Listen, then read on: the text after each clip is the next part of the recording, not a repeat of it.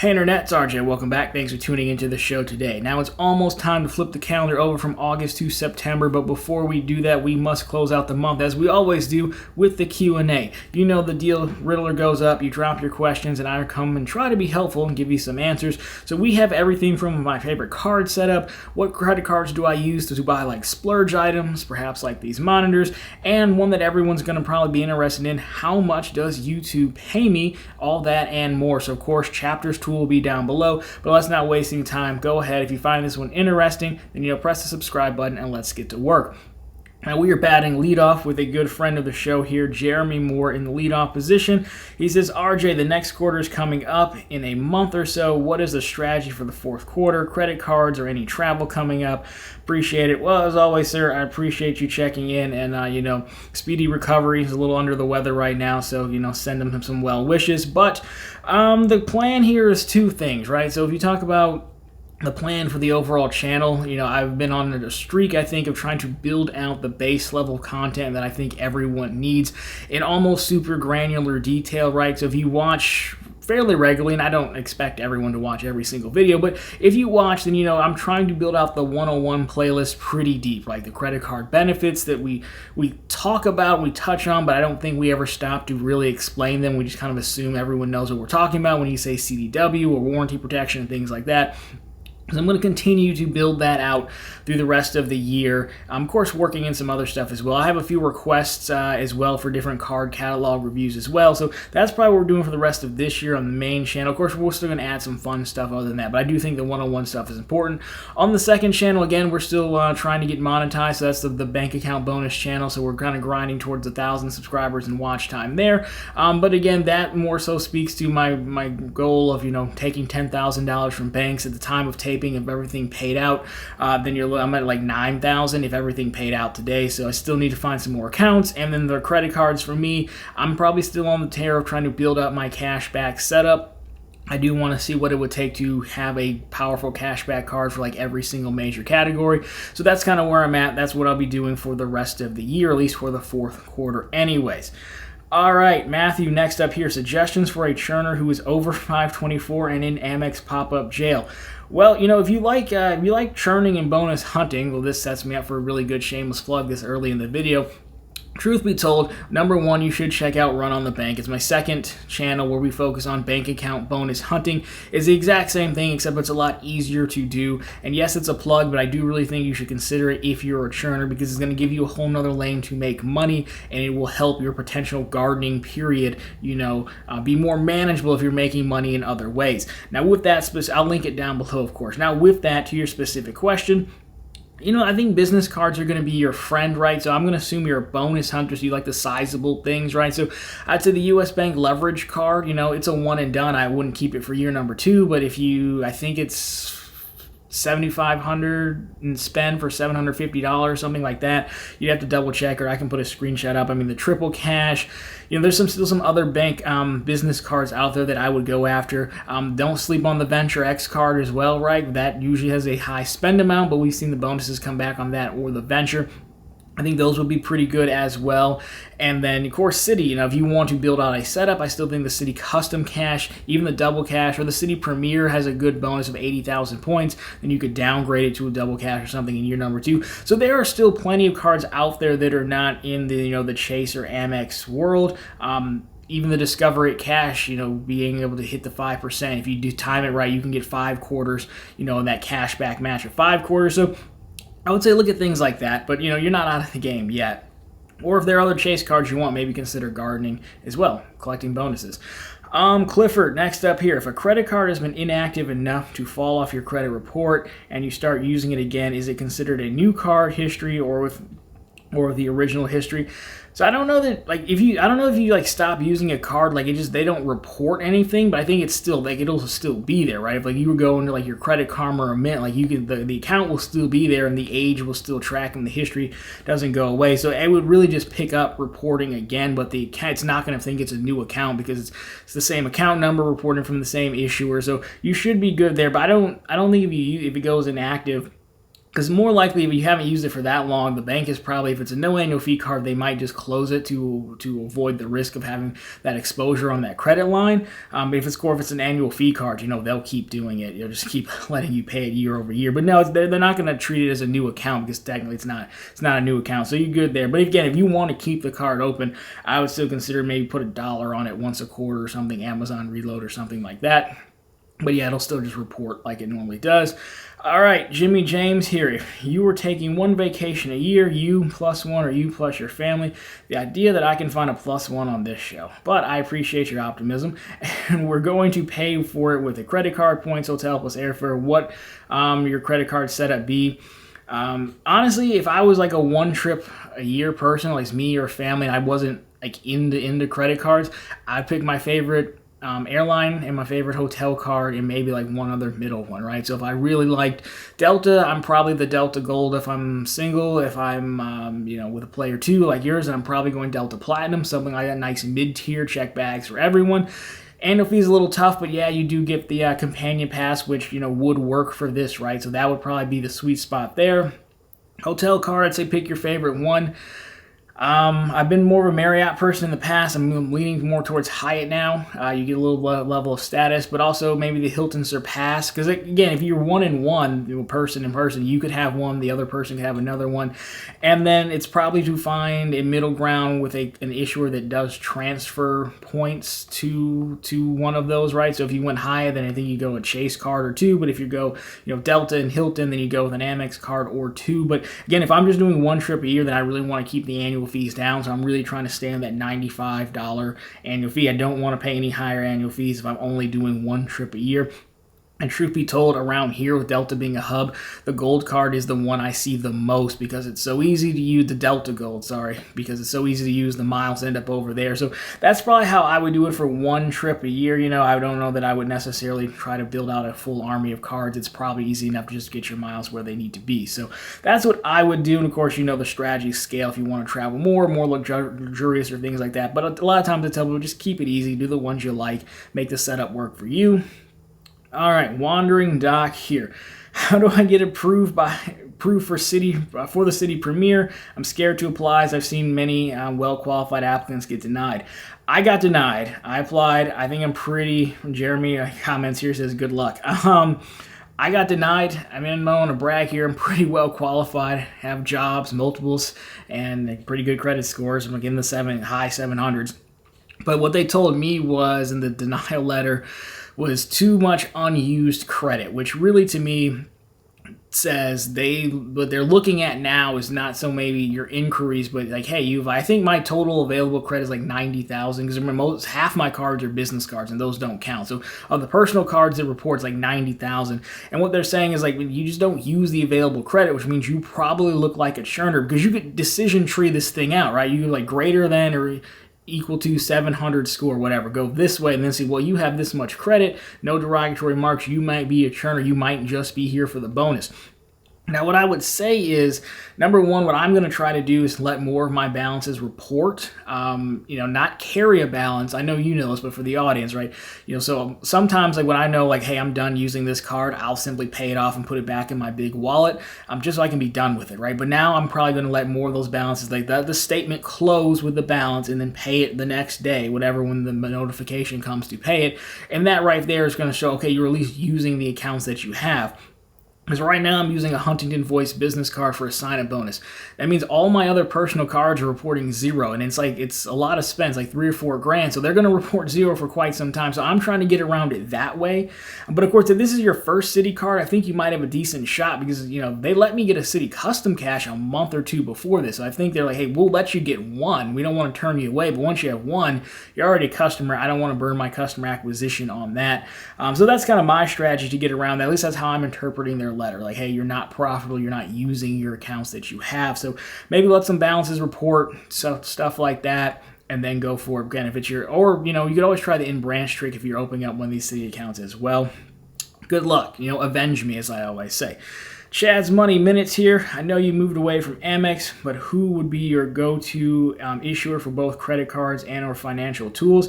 The thing I'm learning, Chad, is that there's a massive drop-off in UI or user interface after you get away from Chase and Amex, right? Citi UI is okay, but I picked up the US Bank Cash Plus. Their user interface sucks.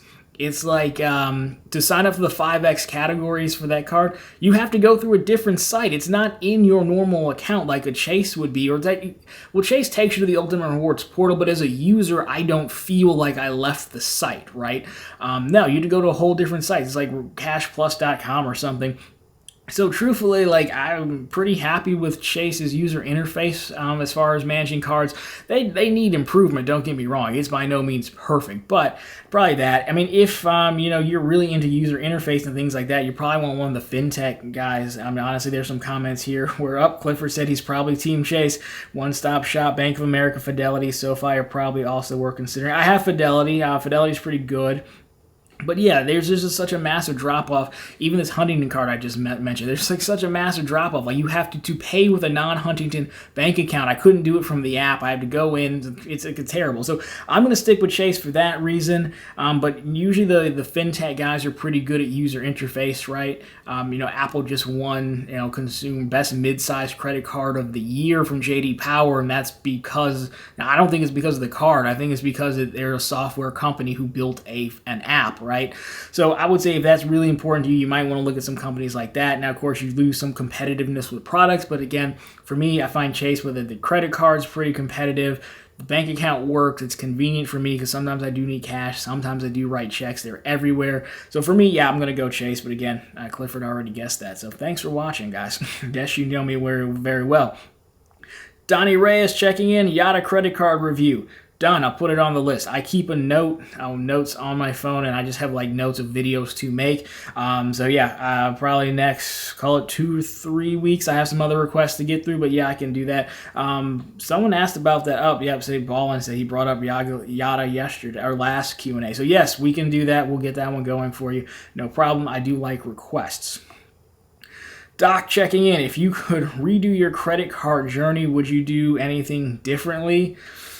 Yes and no. So on the one hand, like, I got lucky that Chase opened branches right by my house, right by campus, and right by work. So you got to remember, the reason I landed on Chase is because at the time, the iPhone came out in 2007, but there was no app store. So in 2008, the app store comes out. 2009, graduated high school. Very old throwback, I know. So like a few years like you. So you have a job. Now I need a place to put my money. And then Chase came out with the app, which I understand right now, again, doesn't seem that revolutionary. But again, it's why I set the stage with when you go back to there being no app store on this thing. And like, oh, you can deposit checks with your phone. You can do this, that, and the other. So by happenstance, I got lucky and started at Chase. But I really didn't get into aggressive playing credit cards. Like, I got the OG Freedom, then I didn't do anything until the Freedom Unlimited. I added that one. I remember the Sapphire Reserve coming out, but when I was 26 or 27, I wasn't able to do a $450 annual fee. So I say all to say I would have learned more about it earlier, continued to play more aggressive.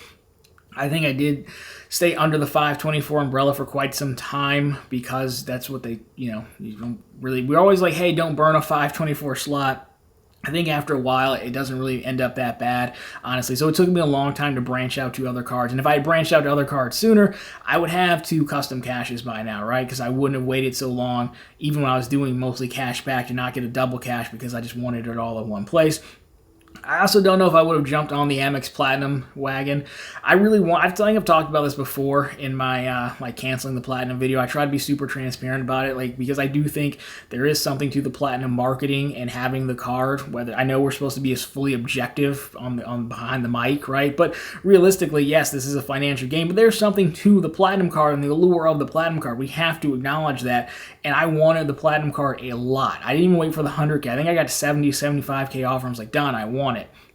I was traveling a decent amount, maybe not decent, not like a road warrior, but maybe 10 times a year. 10, 12, something like that, max. And I just wanted the card, knowing that I was probably always a cashback person or she's at least a Chase travel person.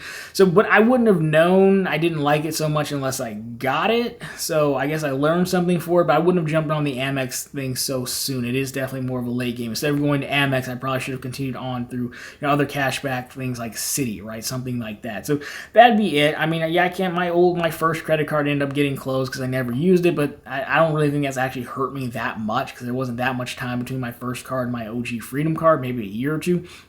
Maybe things like that, small things like that, you know, looking back now, you're super into the game. You're like, I could have done that. I kind of burned some time. So nothing crazy, though. All right, here we go. Spencer Johnson. He's a regular on the show, no relation, but you should definitely go check him out. He says, let's talk business. Well, I do always say let's get to work, so let's talk business, sir. First of all, do you consider YouTube channel a business on top of a passion? Secondly, what percentage of your income does your channel provide? So basically he's saying, like, look, he's getting very close to the 1,000 subscriber mark if he's not already there, so this info is going to help him out. So I can make or break this young man's YouTube career with this answer, basically. No pressure. So here's the thing. Yes, I do consider this I would say this is very much a business. I enjoy talking about credit cards and hunting bank account bonuses. I think I have more fun doing bank account bonuses because you can be more aggressive, you can do more of them, there's not spend requirements, you don't really have to manage hard pulls, things like that. But I enjoy talking about, like, you when you just like sat down for lunch, work cafeteria, whatever. Like, yeah, I would love to talk to you about this all day. I never sat down and was like, you know what I want to do? I want to be on the internet talking about this stuff. Like, I never owned a camera that wasn't embedded in a phone, right? This is one of those things where, like, I was like, I probably need to do something. And this originally started out as I was like, I will do real estate. Because at the time I was like buying investment property, and I was like, well, I actually work in mortgage. Someone will want to hear my opinion. No one wanted to hear my opinion. So that's just a quick backstory. It was like, this seemed at the time like a path of least resistance to start something, right? For finance, our standards for a finance channel are super low. You look at some of these tech channels, man, they do build out full studios and everything. I know they're doing a little bit more, but like, this is a bedroom essentially in a house and a desk, so it's like low barrier to entry. But absolutely a business. It's a business because I think, you know, you need to apply the same level of, you know, discipline. I use the word discipline that you would to any job or any career, right? And, you know, sometimes the 9-to-5s get knocked pretty bad because, you know, everyone's much cooler to go be a founder and all that. But you learn a lot coming up from 10, 12 years, 9-to-5, and how to build something, right? I enjoy building things like my daytime, like I'm the person, like project manager, continuous improvement, Six Sigma, that whole thing, all the certifications. I'm actually on LinkedIn. I won't bore you. You can find me if you want. Look it up. But I'll add you. You can add me as a friend if you want. But anyways, so I try to apply that same level of what I do in the day as far as strategic project design and building things like that to the channel. So what do I mean specifically? I mean, like we talked about earlier, the goal of the channel, the first question, like, or the goal for the Q4, continuing to build out the channel, like the 101 content. And not that no one's ever thought of this, right? But here's an example. What I noticed was everyone, including myself, we make a chase playlist, we make a 101 playlist, right? When we dump everything into that playlist, we know that that's not super helpful to a brand new person. So think about it from the standpoint of a viewer of content, which we all are because we all watch YouTube like television, right? And so what is that viewer experience, right? No different than you would think of what is the customer experience for getting a mortgage with my company. And I've worked in multiple mortgage shops. I've worked on mortgage. I've worked on the title and settlement side. We always think about what is the customer journey? What is the viewer journey? So I tried to, like, just for this example, look at other people's channels across industry and see, or across YouTube niche, and see how they're laying out their channel. You know, I know we don't really talk about CDW and things because it's not super interesting until you need it. So what if I could be the place where it's easy to find the content and you know you can get the answer you need, right? So that stuff I've learned in work, you know, to apply here. And, you know, again, with the cadences, you know, trying to commit to a schedule, always having some consistency for people to see. So I take it serious from that point of view.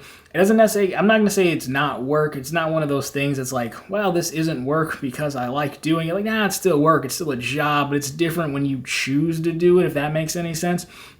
So I hope that helps. And I just message you can email me if you want to talk more about this. We can link up. But the other part of this, channel money. So I'll put it on screen for you so if everyone understands it. You know, once you hit 1,000 subscribers and then 4,000 watch hours, you get monetized. Those are those Google ads that pop up that we all try to click past, right? The second channel is not monetized yet. I don't make any money off of that. Even if you see ads, don't make money off of that. Just make money here. This one, the last few months, I've comfortably been able to hit $1,000 to $1,400, I think, the last 3 to 4 months. So I think we can comfortably say I can get $1,000 every month, give or take. You don't really have any control over what Google gets for your ads, as I'm sure you know. Here we average anywhere from $10 to $12 per 1,000 views. During November and December, it can get up to 13 or 14. That's when you don't see any skippable ads, and it's very insufferable because everyone's trying to sell you something. So is it a significant piece? It's growing. I have no issue. I don't have any issue really telling people how much I make at work. Problem is, people do watch, and I don't, out of respect for the company, I'm not going to say that. But when I worked at the University of Michigan, all our salaries were public, and that's how I started. So it's not that I don't want to tell you how much I normally make. It's just out of respect. I don't need that headache. But it's not. It's not like game changing yet, but what I like to do is send that money to a bank account bonus, and then as a direct deposit, and bring it back with a little bit more money. So I'll close with this one to move on. It's overall, I do think it's possible to get both channels combined to be about $100,000. I think each. If you do the math, I think I saw it on Instagram, of course, Twitter, but if you're talking about $275 a day between two channels, I think that's doable if you do it the right way, if you apply some of the other stuff we talked about at the beginning of the question. So again, I think we went long on this one, but I do think a lot of people probably find that interesting. So I kind of ran through that one a little bit, get a little bit behind the scenes in my thoughts, right? So that's kind of what you can expect. But again, I've seen some finance dudes crushing me. Don't think that you can probably do much better. But anyways, hope that helps, bud. All right, Android here. I don't even like Android. Why? You should change it to Apple. I should ban you just for that. I'm kidding. In your opinion, Amex, Hilton Honors Business versus the Surpass, which one is better? I'm a fan of the Surpass. I mean, they're kind of like the same card almost. I'm a fan of the Surpass. I think the Surpass is like that nice sweet spot, right? Hilton Honors, the plain Honors get you started. The Aspire, it's a lot, right? Even though we all talk about it, $450 is still a lot. But the Surpass, nice middle ground. I think it's gold status. There's some lounge passes in there in case you need them. The multipliers are pretty good. Yeah, we know Hilton points value tend to be all over the place, but I go Surpass. The business, I think, doesn't the business have more ways to hit spend goals? Like if you can spend your way to Diamond, I think, and spend your way to like 2 weekend nights or something like that. So if you have the spend or you like the multipliers better than the business one, but I am a fan of the Surpass. That's the one I probably recommend the most. Again, even though we all love the Aspire, but I would go Surpass personally. 2 more here. Curmudgeon Extraordinaire. If you were making a major purchase, would you pick a card that gave you more cash, points back, and no purchase protection, and extended warranty, or a card with those and less cashback points? So the last major purchase I had, I think, are actually these that have timed out. That's why I know we've been talking for a long time.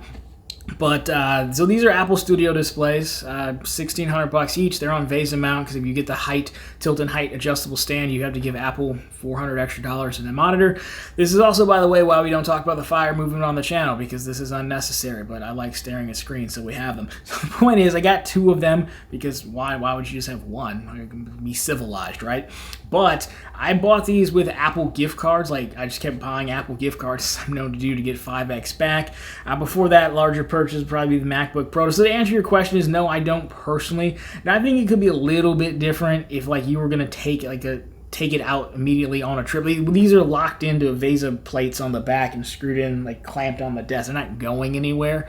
I mean, yes, technically they could fall, but no, I tend to just go with the most amount of points. I think it could change. Like maybe if you bought a camera and you're immediately going out to shoot something out on vacation or the water or something where something could happen, I think that's a potential. But for me, no, I usually end up buying most things through gift cards. The new iPhone's coming out next month. I will buy it with Apple gift cards. I don't think it's a bad idea. I think you just really got to think about what you're buying and where you're using it at, right? I haven't really bought anything in a while that like I'm using it outside where something's going to happen. If something were to happen to these, of course, knock on wood there, but I mean, it'd have to be like a freak thing for me to not clamp these in securely, right, or something like that, right? They're in there pretty good. VESA's a standard, so just again as an example though. So no, but I don't think it's a bad idea. Again, that's why we're building out the full credit card benefits playlist, so people understand, to your point, when it may make sense to do this and how it works, right? So there we go. EW here. You might have answered this before, but since I'm new to this channel, I'll ask anyway. What are your top 3 cards and why? Well, welcome to the show. I appreciate you joining. I don't know if I may not have answered this question. I tend to just answer whatever people ask, so never worry about asking me something twice. Usually I'll answer it, and if I have a more detailed video, I'll direct you there. So, favorite cards. So the favorite cards that I have will probably be the Ink Cash because, again, gift card obsession. I can go to Staples whenever I want, buy 5X gift cards. They don't have nearly as wide a selection as like a grocery store or something like that, but you can get Amazon. You can turn Amazon gift cards into other gift cards because Amazon sells other gift cards like Apple gift cards, Best Buy gift cards, Lowe's. Those are like my majors that I would do. I would probably say it'd either be the Freedom Unlimited or the Freedom Flex. They're basically the same card. I don't mind rotating quarterly categories. There's a lot of optionality there. They do service again on my dining card, but then the Custom Cash is probably up there as well. That's one of my more recent pickups. It would have been the US Bank Cash Plus, but the user interface is so annoying, and I only have the Cash Plus card to deal with like too many categories of like my gym membership and utilities.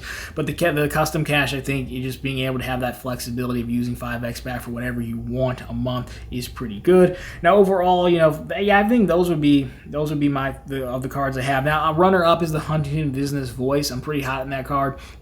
Actually, if you go to the main channel, we have the playlist of like all the random banks that we look at. There's like 40 videos in there.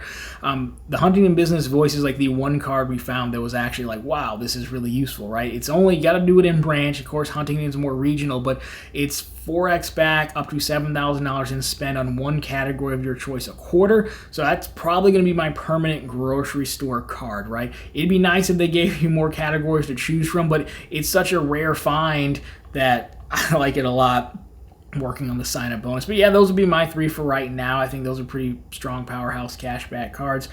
So there we go. I think that is everyone's questions asked. So of course, I'll link any videos we talked about, like the main playlist. I'll link down below for you. I won't ask you any questions because I answered all yours, but as always, I really do appreciate everyone writing in. If you need any additional follow-ups to that, please drop it down below and I can get you some additional answers. No problem. But anyways, guys, of course, if you like this one, drop me a thumbs up down below. If you found it particularly interesting, of course, consider subscribing to the channel so we're posting content just like this every Monday, Wednesday, and Friday. Of course, right back here every Sunday with all the news you can use in the week that was in credit and finance. Till the next one, guys, I'll talk to you very soon. Take care.